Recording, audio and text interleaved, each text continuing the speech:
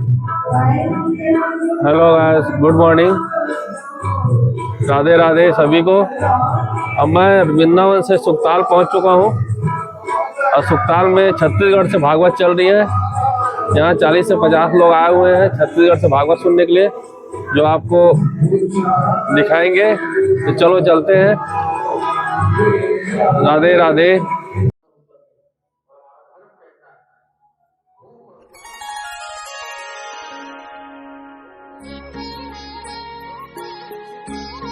और नहीं वो तो भी पैसा लेना काम का राजा दुनिया वाला राजा तो उससे भी पैसा लेना है, दोनों से लेना है।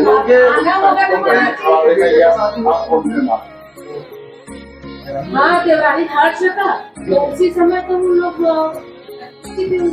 तो बोले हम लोग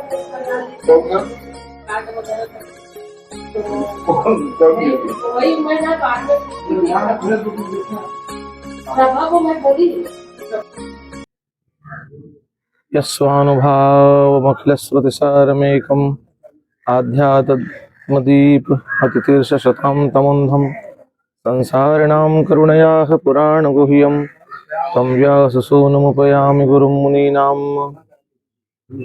भगवान श्री सुखदेव स्वामी व्यासनंदन जिनकी पावन कृपा से संसार में भागवत जी की श्रवण की परंपरा प्रारंभ हुई। अब वो श्रवण की परंपरा जहाँ से प्रकट हुई उसी स्थान पर हम यहाँ विराजित हैं। मुजफ्फरनगर से लगभग 28 किलोमीटर की दूरी में शुक्र तीर्थ नाम का यह स्थान भगवती भागीरथी गंगा के तट पर यहाँ स्थित है।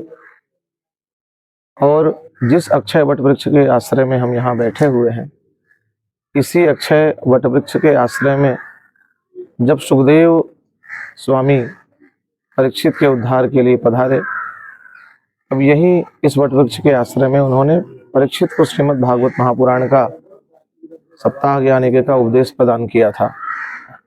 पांडवों के पौत्र परीक्षित को जब श्रृंगी नाम के महात्मा ने 7 दिन के पश्चात मरण का श्राप प्रदान किया तक्षक सर्प के द्वारा, तो वो इसी वट वृक्ष के नीचे आकर उपस्थित हुए मुक्ति की कामना से।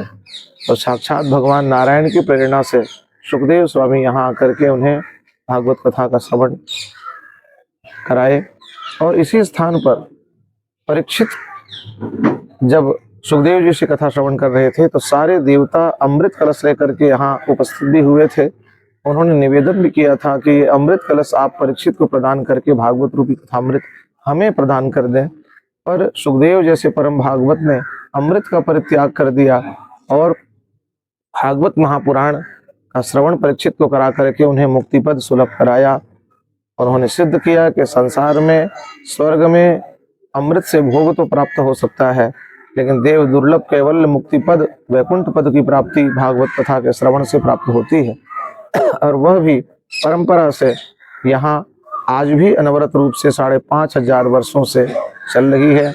जो सुखदेव ने परीक्षित को भागवत जी की परंपरा का श्रवण इस स्थान पर कराया, आज भी हजारों लाखों भक्त यहाँ इस सुख तीर्थ में आकर के इस स्थान पर विराज करके उसी परंपरा में उसी मुक्ति की कामना को करते हुए इस अक्षय वट के आश्रय में भागवत कथा का श्रवण करते हैं।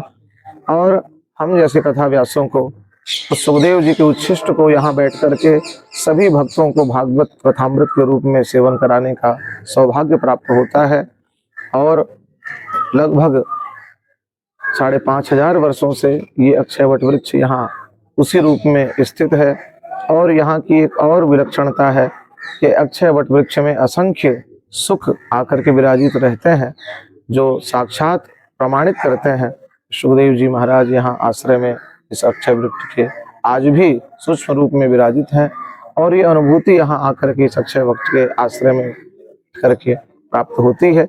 वृंदावन से पधारे हुए नितिन तिवारी जी ने ये आह्वान किया कि व्यास महाराज श्री आप यहाँ आकर के विराजित हों और इस सुख तीर्थ की महिमा बताएं। तो साक्षात गंगा के तट में बैठ करके इस कथा के श्रवण का तो ये लाभ है कि हमको सायुज्य मुक्ति इस स्थान पर बैठ करके कथा श्रवण करने से प्राप्त ही होगी, इसमें कोई संदेह हो ही नहीं सकता। और गंगा का तो स्वतंत्र ये महत्व होता है कि गंगा के नाम की महिमा, गंगा के दर्शन की महिमा, और यहाँ गंगा में स्नान करके उसके तट में बैठ करके इस सुख तीर्थ में जहाँ से भागवत की कथा प्रारंभ हुई वहाँ भागवत कथा का श्रवण करना, आयोजन करना, ये हमारे पूर्वजों के प्रारब्ध का ही फल है।